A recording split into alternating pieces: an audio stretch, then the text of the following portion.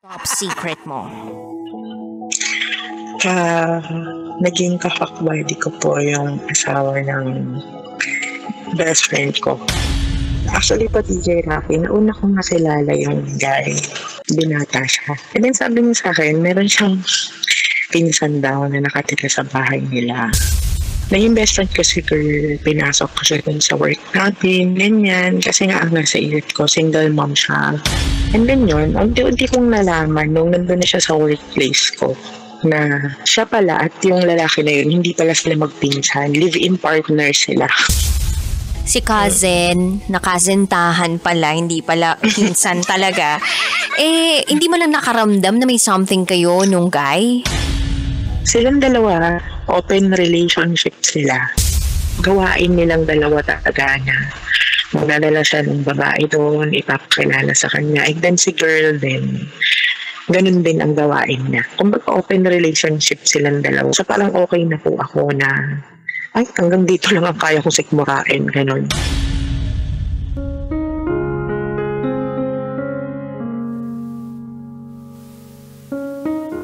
Kaya mo bang pumasok sa isang open relationship? Kaya mo bang sikmurain na hindi lang ikaw ang nag-iisa sa kanyang puso't damdamin? Kaya mo ba na sikmurain at isipin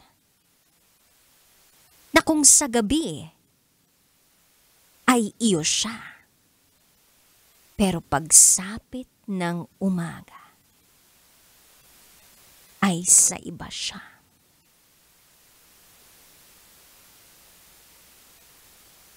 Kung hindi, papalakpakan kita. Kasi ang ibig sabihin niyan, nasa tamang pag-iisip ka pa. Ang dami na namang nagte-trending ngayon tungkol sa cheating issues. Panlilinlang, panloloko, pambubudol, pang-i-scam. Nito nga lang, may pumutok na balita. Trending. Pinili yung 2 weeks na karelasyon over dun sa babaeng karelasyon sa loob ng 7 taon. Meron pang pasabi-sabi ng good night, Marilag. Kaya pala trending ngayon yung Marilag. Kasi yung lalaki, yun yung tawag dun sa kanyang babae na iba. Sino ba ditong Marilag? Sino dito yung papayag na maging Marilag? Aware kaya yung Marilag na siya ay pangalawa lamang? Na meron silang natapakang nilalang? Kasi isipin mo kung alam mong may karelasyon yung isang tao, lalandi ka pa ba? Kung sa bagay, higad ang manghihiram ng kati sa'yo dahil sa sobrang kati mo. Ganun pala ikaw, charot, Widaron. Di ba mahihiya ang higad sa'yo dahil mas makati ka pa sa kanya? Kakaloka. Sana we have that principle in life na kapag pagmamayari na ng iba, hindi mo na dapat angkinin pa. At sana kung alam mo naman na meron ng jowa o partner o asawa, ikaw na ang lumayo. Dito ipinapakita ang decency and morality of a human being. Kapag marunong kang rumespeto ng kapwa mo sa pamamagitan ng hindi pagkuha ng hindi naman iyo. Kasi kapag kinuha mo yung hindi iyo, ang tawag sa'yo, magnanakaw.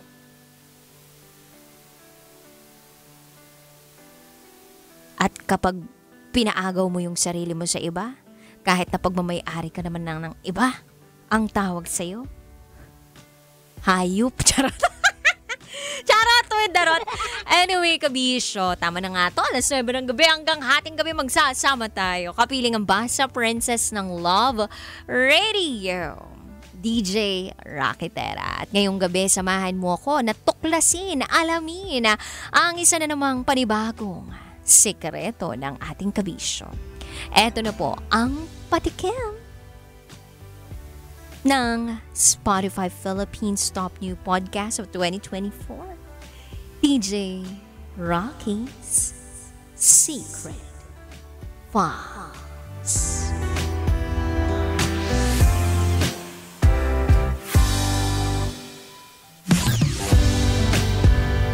Ang hirap palang magmahal bilang isang transgender. Kaway-kaway sa lahat ng mga kabisyo natin out there na transgender. Nahihirapan ka bang magmahal, kabisyo? May kaakibat nga ba na hirap?